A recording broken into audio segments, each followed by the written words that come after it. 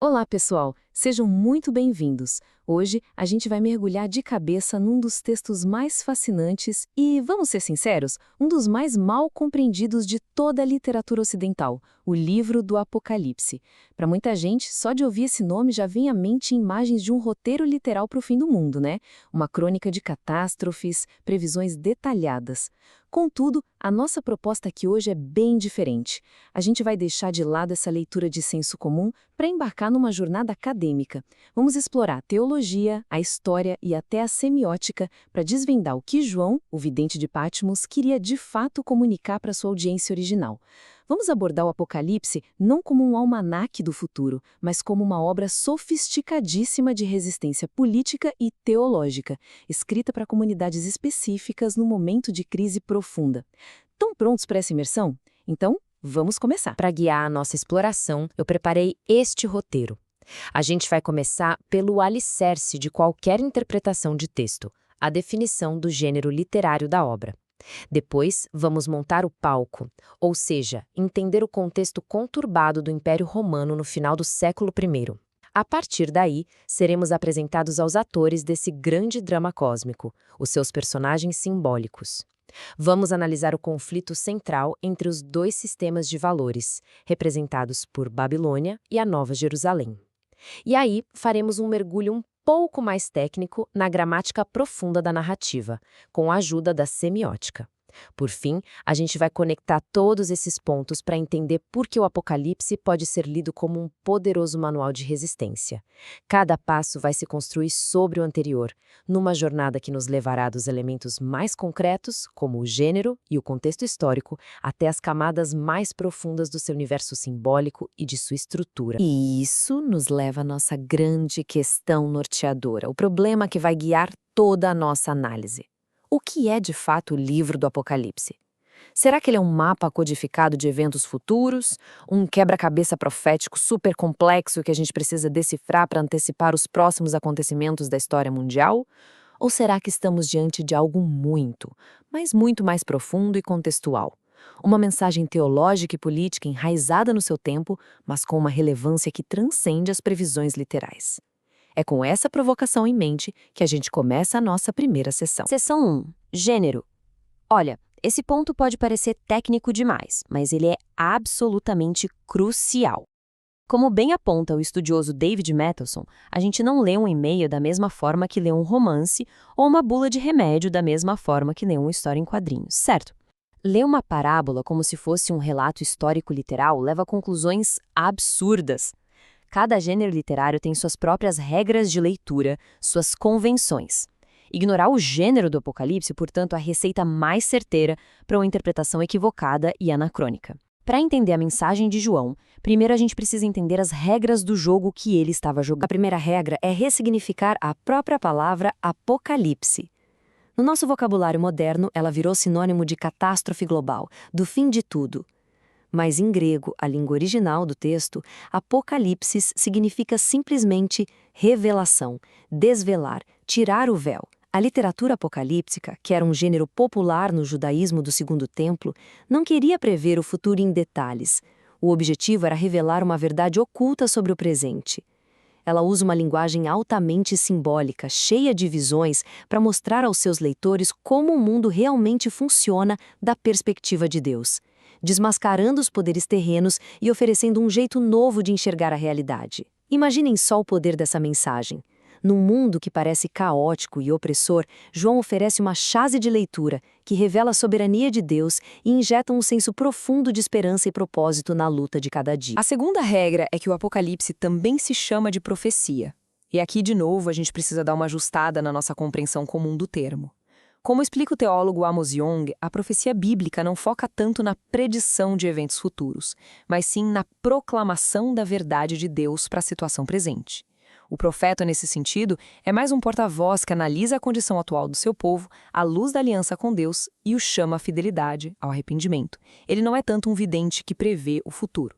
Então, quando João chama sua obra de profecia, ele está afirmando que a sua mensagem é uma palavra urgente e relevante para o aqui e agora das 7 igrejas da Ásia Menor. E a terceira regra, talvez a mais concreta de todas, é que o Apocalipse tem a forma de uma carta. O livro começa e termina como uma epístola, com saudações, com destinatários específicos, 7 comunidades cristãs reais na província romana da Ásia, como Éfeso, Esmirna, Laodiceia. Esse fato é fundamental, porque ele ancora toda a visão cósmica e os símbolos grandiosos em problemas e desafios bem reais, enfrentados por gente de carne e osso. Por exemplo, aquela advertência à igreja de Laodiceia sobre ser morna não era uma metáfora aleatória, sabe? A cidade era conhecida por seu sistema de aquedutos que traziam uma água morna e de péssima qualidade de fontes termais distantes. A mensagem, portanto, não é um tratado teológico abstrato. É uma pastoral direcionada e totalmente contextual. A gente tem, portanto, uma obra híbrida, uma fusão magistral de 3 gêneros. Como Apocalipse, o livro nos convida a interpretar seus símbolos no contexto deles e não a decodificá-los como um enigma para o futuro. Como profecia, ele nos chama a discernir a mensagem de Deus para a situação presente dos seus leitores originais. E como carta, nos força a ancorar essa mensagem nos desafios históricos, sociais e econômicos concretos daquelas 7 igrejas. Só quando a gente entende essa fusão complexa de gêneros é que podemos começar a ler o texto de forma responsável, evitando as armadilhas do literalismo. Para a gente resumir esta primeira sessão, reconhecer a natureza tripla do gênero do Apocalipse é, em si, um ato libertador. Isso nos afasta daquela interpretação sensacionalista que tenta ansiosamente encaixar seus símbolos nas manchetes de jornais de hoje e nos abre para a imensa riqueza da sua mensagem original. Uma mensagem que é, ao mesmo tempo, teológica, política e pastoral, profundamente enraizada num tempo e lugar específicos, mas com um poder que ressoa através dos séculos. Bom, agora que a gente estabeleceu as regras do jogo interpretativo, podemos avançar para a segunda sessão e construir o cenário. Para que a mensagem de João faça pleno sentido, a gente precisa entender o mundo em que ele e as suas igrejas viviam, a próspera e politicamente carregada província da Ásia sob o domínio do Império Romano no final do 1º século. Qual era, afinal de contas, o palco desse drama cósmico? A maioria dos estudiosos, gente como Thomas Schreiner e Craig Coulser, situa a escrita do Apocalipse por volta do ano 95 d.C., durante o reinado do imperador Domiciano. Esse foi um período crucial. Depois do suicídio de Nero em 68 d.C., que foi o primeiro imperador a perseguir os cristãos, surgiu um mito persistente conhecido como Nero Redivivus, a crença de que o imperador cruel não tinha morrido de verdade e que ia voltar ao poder. Essa lenda alimentava uma atmosfera de ansiedade, de temor e, como a gente vai ver, influenciou diretamente a simbologia da besta cuja ferida mortal foi curada. Sob Domiciano, o culto imperial, ou seja, a adoração do imperador e sua família como divindades, se intensificou. Especialmente nas cidades da Ásia Menor, como Éfeso, que competiam por prestígio construindo templos enormes para a família imperial.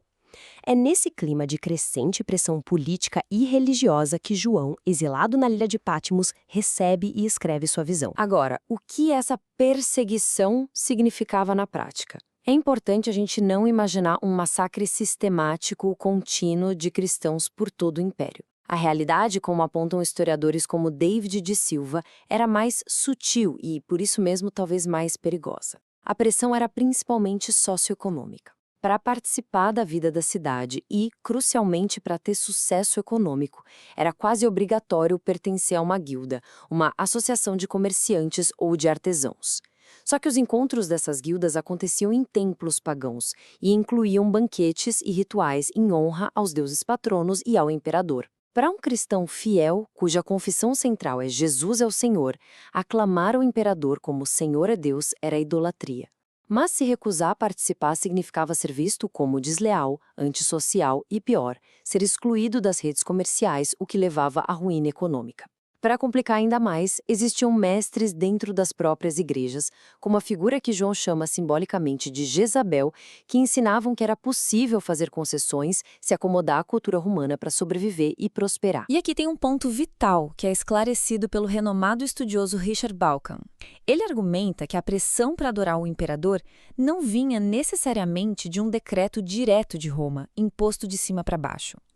Pelo contrário, eram as elites locais das ricas cidades asiáticas que promoviam com entusiasmo o culto imperial, como uma forma de demonstrar sua lealdade a Roma e assim ganhar favor político e vantagens econômicas. O Apocalipse reflete essa dinâmica com uma precisão impressionante, como a gente vai ver adiante, na figura da besta que sobe da terra, ou o falso profeta, que representa justamente esse poder propagandístico e religioso local, que força todo mundo a adorar a primeira besta, o poder imperial romano. Então, para a gente fechar esta sessão, o Apocalipse não surgiu num vácuo. Ele é uma resposta pastoral e teológica a uma crise real e com muitas facetas. O conflito que João descreve com imagens de dragões e bestas era um conflito vivido na pele por seus leitores.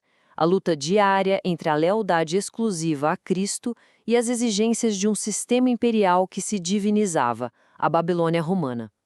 O livro é, portanto, um chamado urgente para resistir tanto à coerção quanto à sedução desse sistema. Bom, tendo montado o palco histórico, chegou a hora de conhecer os atores que atuam nele.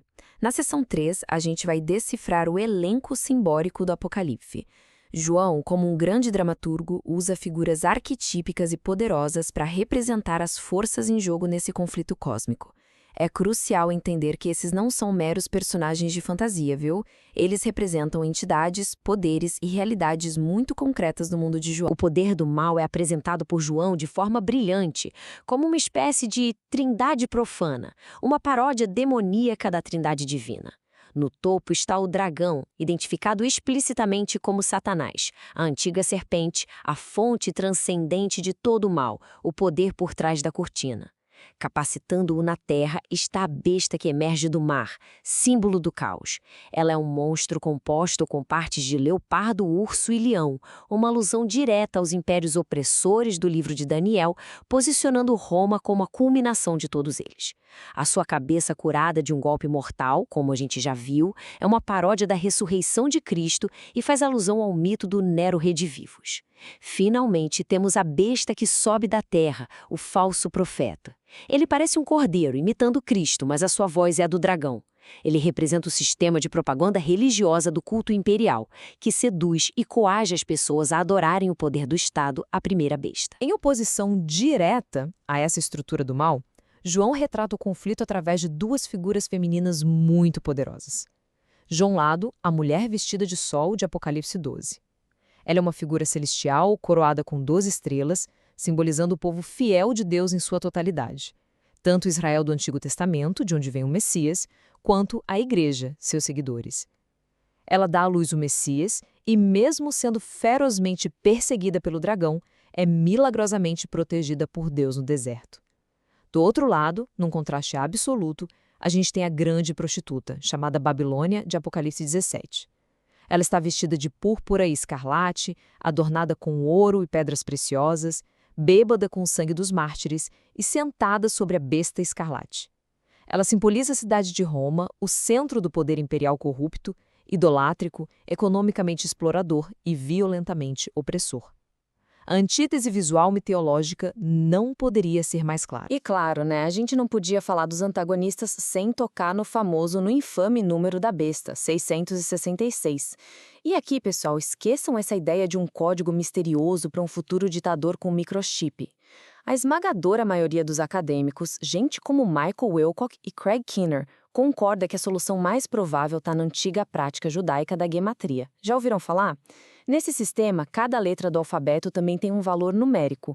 E o que acontece se a gente pegar o nome e o título do imperador Nero na sua forma hebraica, César Neron, e somar os valores numéricos das consoantes, o resultado é exatamente 666. Bingo!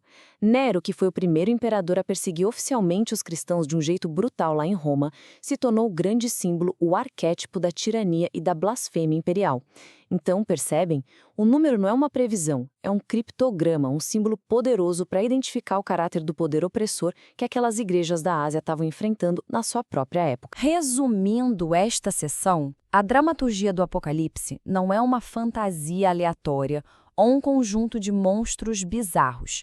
É uma representação simbólica e teologicamente profunda do conflito real entre o sistema imperial romano, com seu poder político, militar e sua propaganda religiosa, e a comunidade da fé, o povo de Deus. Cada personagem desempenha uma função clara no drama, revelando a verdadeira natureza das forças em jogo no mundo do século I, desmascarando o mal e encorajando a fidelidade. Vamos para a quarta sessão. Agora que a gente já conhece o palco e os atores, podemos nos concentrar no conflito central da peça. João retrata a totalidade da história humana como um grande campo de batalha entre dois sistemas de valores opostos, duas maneiras de organizar a vida em sociedade que são simbolizadas por duas cidades arquetípicas, Babilônia e a Nova Jerusalém. O contraste não poderia ser mais absoluto. De um lado, Babilônia, que é o codinome de João para a Roma imperial, representa a civilização humana em seu estado de rebelião contra Deus. A economia dela é baseada na exploração, na luxúria desenfreada e na ganância. A religião dela é a idolatria do poder e da riqueza, a adoração da besta. A sua relação com os fiéis é de perseguição e martírio. E o seu destino final é o julgamento e a ruína. Em contraste total, a Nova Jerusalém, que desce do céu como uma noiva toda adornada, representa a comunidade redimida e transformada por Deus. A economia dela é a da graça, do dom gratuito. A religião dela é a adoração pura e exclusiva a Deus e ao Cordeiro. Ela é o refúgio seguro e a morada final dos santos, e seu destino é a vida eterna na presença curadora de Deus. A pergunta implícita para os cristãos da Ásia era: a qual cidade você pertence? A qual sistema os seus valores e as suas práticas estão alinhados? E a crítica de João à Babilônia/Roma é incrivelmente específica, especialmente no capítulo 18. Quando a grande cidade-império cai, os reis e os mercadores da terra lamentam, mas o lamento deles não é por compaixão, é puramente egoísta. Um choro desesperado pela perda da sua fonte de riqueza e de luxo. João então lista, com uma precisão quase jornalística, as mercadorias que constituíam a base do comércio romano. A lista começa com itens de luxo, metais preciosos, tecidos caros, especiarias raras. Ela continua revelando a vastidão do império. Mas a lista tem um clímax chocante e brutal. A última mercadoria, o fundamento de toda essa economia de exploração, são corpos e almas de homens. Uma referência direta à escravidão e à total desumanização que sustentavam o império. João denuncia o sistema imperial romano como um que se baseia, em última instância, na mercantilização da própria vida humana. Portanto, o ponto crucial dessa sessão é que o Apocalipse apresenta um drama cósmico, mas com implicações econômicas, políticas e sociais muito terrenas. A escolha entre Babilônia e a Nova Jerusalém é uma escolha entre dois sistemas antagônicos. É uma escolha entre se aliar ao poder explorador e idolátrico da besta ou se manter fiel ao Cordeiro que foi morto. E o chamado de João para seus leitores é inequívoco. Saiam dela, povo meu. Apocalipse 18:4. Resistam à sua sedução, recusem seus valores, mesmo que isso custe caro. A vitória não virá pela força das armas, mas pela fidelidade perseverante e pela resistência não violenta. Ok, agora a gente chega na nossa sessão mais teórica, mas prometo que é fascinante e recompensadora. Vamos fazer uma breve incursão na semiótica da narrativa de João. Se as sessões anteriores mostraram o que a história conta, a semiótica, especialmente a do pensador lituano-francês Algirdas Julian Greimas, nos ajuda a entender como a história constrói seu significado num nível mais profundo e abstrato, quase como se a gente estivesse analisando a gramática universal das narrativas. Greimas propôs que por baixo da superfície de qualquer narrativa, seja ela um mito, um conto de fadas, um filme ou o Apocalipse de João, existem estruturas semionarrativas. Pensem nisso como a gramática de uma língua. Você não precisa pensar conscientemente nas regras gramaticais para falar, mas são elas que estruturam tudo o que você diz e permitem a criação de um número infinito de frases com sentido.